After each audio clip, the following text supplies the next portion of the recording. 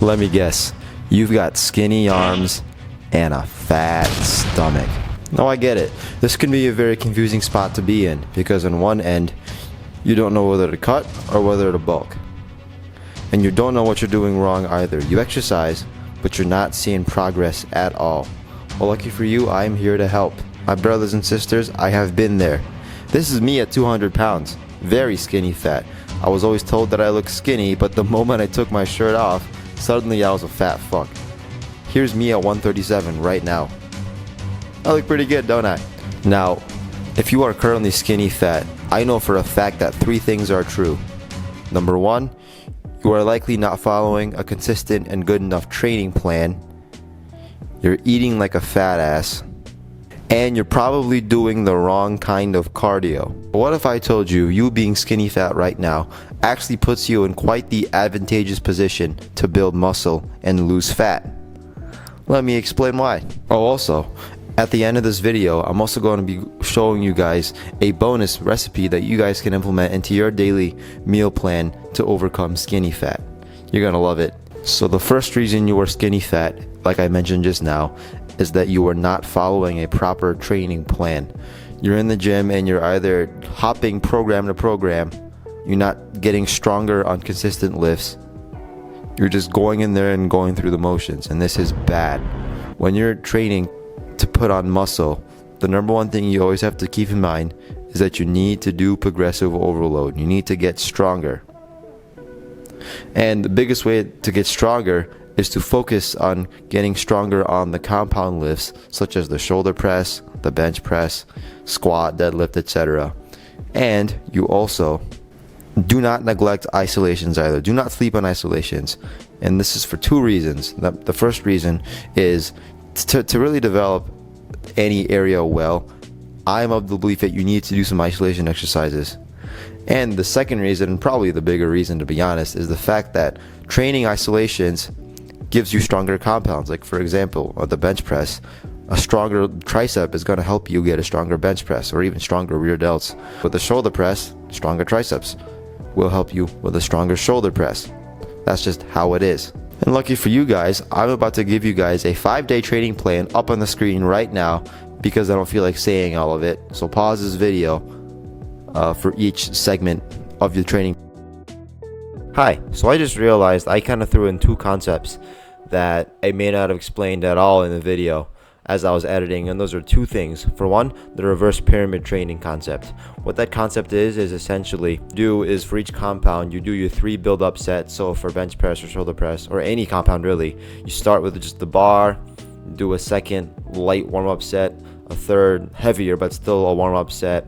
And then what you do after your 3 warm-up sets is you will do your top set for 4 to 6 reps. So any weight you think you can do for 4 to 6 reps, do that first 4 to 6 reps to failure. And then you do your second set for 6 to 8 reps. You go about 10 to 20% lower on that second set.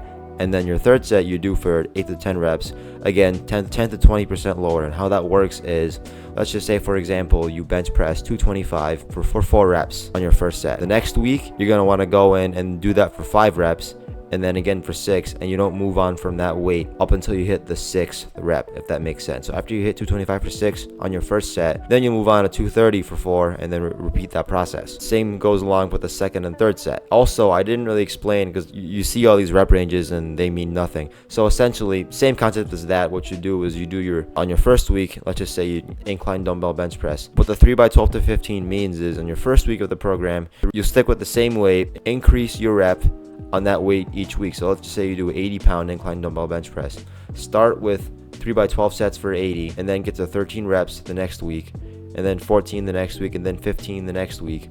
And then after that, then you move up in weight. I hope that clears things up. Program. I'm doing 5 days because I feel like 2 days I feel like 6 days would not be enough recovery time. 4 days and then 5 days you have the perfect Monday through Friday schedule, and you can take the weekend to recover, because part of building muscle also is proper recovery. If you're in the gym 6 days straight, you don't have a lot of time to recover, and your energy might dip and your strength might tank as a result. And bear in mind, the number one thing we're going to do here is try to get stronger. Number 2 is the diet. Fix the damn diet. Put the cookies down and the French toast down. And you can't fool me. If you're skinny fat, yeah, your arms might be skinny, but I know for a fact you are dogging cheeseburgers and French fries, ice cream like it's nothing. And this is where it gets confusing too, because you don't, like I said earlier, you're not sure whether you should cut or whether you should bulk. Now, you really have 3 options here, but they all lead to one thing, and that's a body recomp. And you can do this in 3 ways. You can do this in a very slight deficit, so go to tdeecalculator.net, calculate what you need to eat at maintenance, and subtract a very small amount, around 200 to 300 calories. You can eat at caloric maintenance, or you could do a slight lean bulk. Now, I always recommend going with a calorie deficit, because you still can build muscle in a deficit. As long as you are gaining insufficient protein, your body will trade fat for muscle. That's just how it works. What I would suggest doing in a deficit is eating at a slight deficit, so 200 to 300 calorie deficit, and actually going a little over on the protein. I would go maybe at least 1 gram per pound of body weight for protein, because for one, and I think the biggest benefit of protein is the fact that it has a thermogenic effect on your body. It increases your NEAT, and you'll also be satiated for longer, which I know for a fact if you're skinny fat, you probably have appetite issues too. At least I did. Number 3, you're probably doing too much cardio or too intensive of cardio. Now, doing intense cardio is good if you want to stay lean and you already have the muscular development to do it. But if you're skinny fat, I would highly suggest, for right now, sticking to steady state cardio such as walking, a brisk walk, a jog, etc.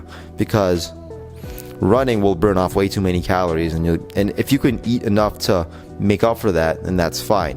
But if you're skinny fat, you're probably still in the area where you're confused about nutrition as a whole. And I'm not saying that to be mean, that's just the truth. And then number 2, hunger. Doing intensive cardio, like HIIT cardio, spikes up your hunger by a fuck ton. And like I said in my first video, hunger is usually the killer of every single diet. Now, why exactly is being skinny fat advantageous for putting on muscle?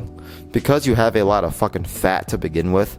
When you start eating at a caloric deficit, your body will prioritize burning off all that energy first before burning off your muscle.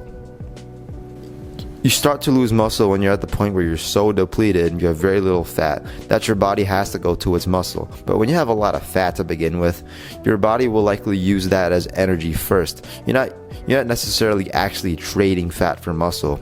It's just your fat energy is being burnt off first. And then the sufficient protein intake, you are able to still build muscle as a result.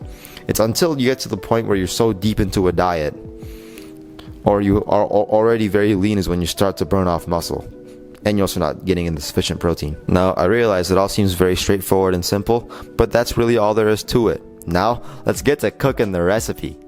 Alright folks, we're back in our kitchen right now. I'm going to be making 2 recipes actually. One is going to be anabolic French toast, and the other one is going to be protein ice cream. And you're probably thinking, these sound like cheat recipes. Well, I'm here to prove to you that bodybuilding does not have to be boring whatsoever. You eat foods like this, and you'll never get bored of your diet. Alright, so you're going to want all these ingredients here. So the bread, vanilla extract, egg whites, sugar-free syrup, any kind of stevia, or any kind of calorie-free sweetener, some cashew milk, because fuck almond milk, and cinnamon. I'm about to voice over the rest of this just because I don't have a wireless microphone right now. I also forgot to mention protein powder. You can use any one you like, but I prefer this PE Science chocolate protein powder because it makes this recipe immaculate, and honestly, it's a whey casein blend, which is more optimal, and also it makes recipes taste better. Those are the macros right there too.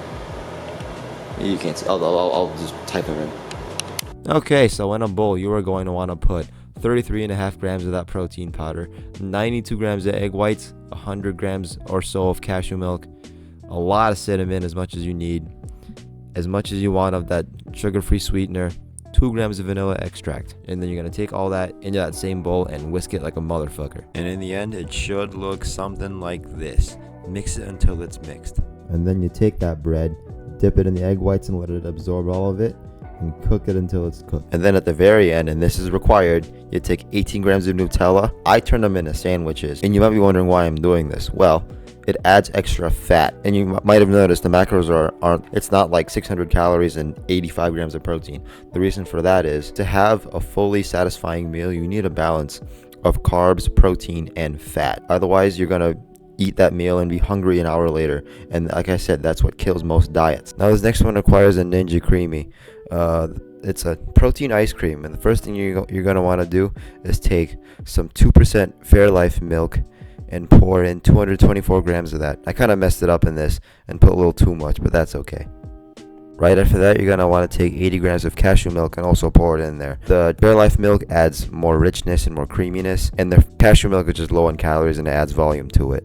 Next up, you're going to want some element of thickener, and that could either be guar gum, xanthan gum, or in my case, chocolate sugar-free pudding mix.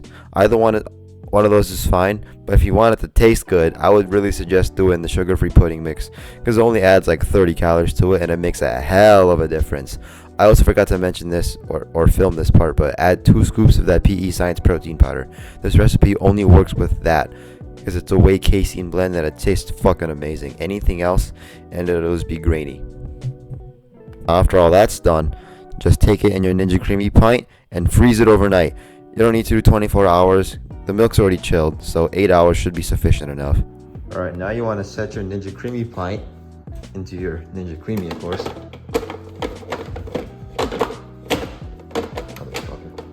Okay, you also want to turn it on too, that's important. And then you want to hit light ice cream. And yes, you must do a physique check when you're making this. This is required.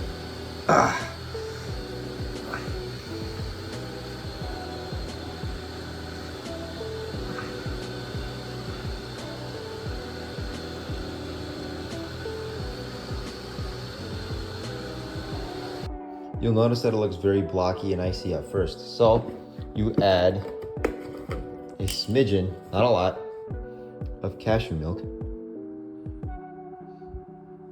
Like that right there is good enough. And then put it back into the blender on light ice cream and then enjoy.